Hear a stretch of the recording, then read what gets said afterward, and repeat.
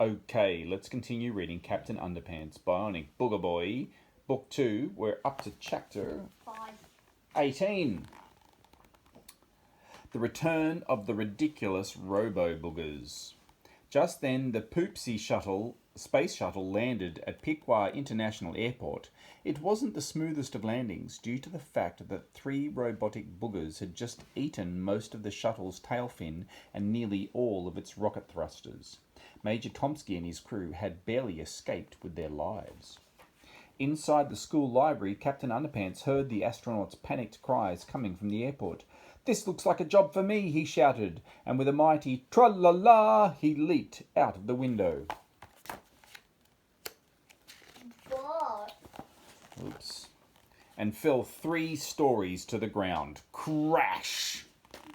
George and Harold screamed and ran downstairs. "Captain Underpants!" cried George. "Are you okay?" "Speak to us!" cried Harold.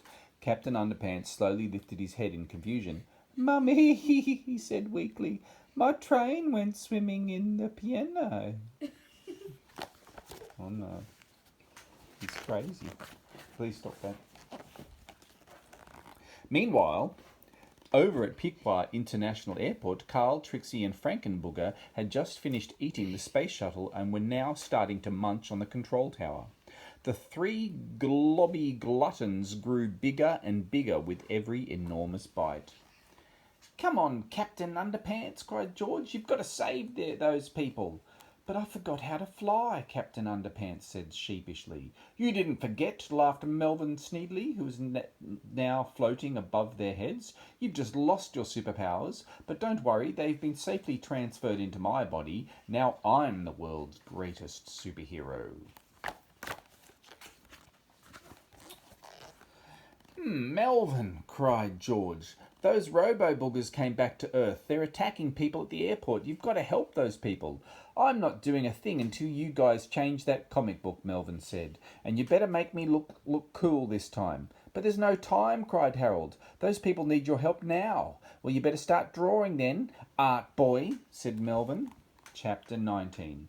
Never underestimate the power of underwear.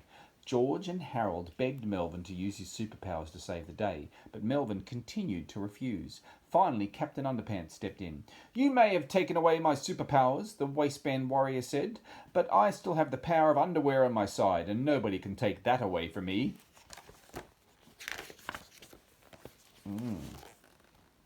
Captain Underpants turned and ran toward the airport. "Melvin," cried George frantically, "if you don't do something, those boogers are going to kill Mr. Krupp." "That's not my fault," said Melvin. "You're the one who wrote that stupid comic book about me. Now change it or else." George and Harold looked at each other. Their choice was simple. Either fight with Captain Underpants and probably die, or give it to the dark side and live. The 2 boys turned and ran to the airport. Chapter 20. Booger Brunch. George and Harold quickly caught up with Captain Underpants. Soon they were all at the airport witnessing the carnage of the ridiculous robo-boogers. Captain Underpants shouted a triumphant tra-la-la from below. Suddenly the 3 robo-boogers turned towards the familiar-sounding voice. Quickly their laser-guided eyeballs zoomed in on the three of the heroes who had made their lives so miserable back in Chapter 1. Immediately, the robo-boogers leaped at George, Harold and Captain Underpants, and the chase was on again. Chapter 21. Cornered. The robo-boogers continued chasing George, Harold and Captain Underpants until at last the 3 frightened friends were cornered at a local shopping centre. In a desperate attempt to save themselves, the 3 brave heroes began taking items from the outside sales bins and throwing them at the snarling beasts. George grabbed a pair of low-fat tennis shoes and tossed them at Trixie. Trixie gobbled them up. Harold found a delicious tube of wild cherry-flavoured hemorrhoid ointment and flung it at Frankenbooger. Frankenbooger swallowed it whole. Captain Underpants picked up a genetically modified organic orange-flavoured orange and chucked it at Carl. Carl chewed it up with a smug grin.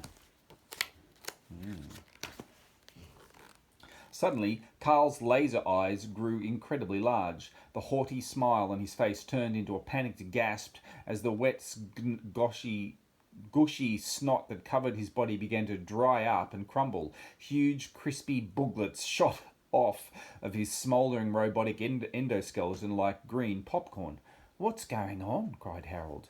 "It's the oranges," cried George. "It's got to be the vitamin C in those oranges. It's combating the cold and flu that caused the boogers to turn evil."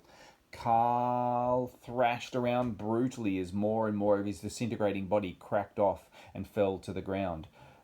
Finally, the lights in his panic-stricken laser eyes slowly went out. He stumbled over and crashed horribly into the parking lot. Carl was dead. Chapter 22. George, Harold, and Captain Underpants quickly began chucking oranges at Trixie and Frankenbooger, but the two remaining robo-boogers had gotten wise to the power of vitamin C. They ducked, jumped, dodged, darted, doing whatever they could to avoid being hit by the deadly oranges. "Hey, I've got an idea," said Captain Underpants. He grabbed 2 crates of oranges and ran off, while George and Harold continued flinging fruit ferociously. "Where does he think he's going?" said George. "I don't know," said Harold, but his idea better work. We're running out of oranges." Soon, George and Harold were down to their last 2 oranges. They threw them as hard as they could, but alas, the potent projectiles missed their terrifying targets. Trixie and Frankenbooger grabbed George and Harold and dangled them above their gigantic mouths. "Well," said George, "it looks like this is the end."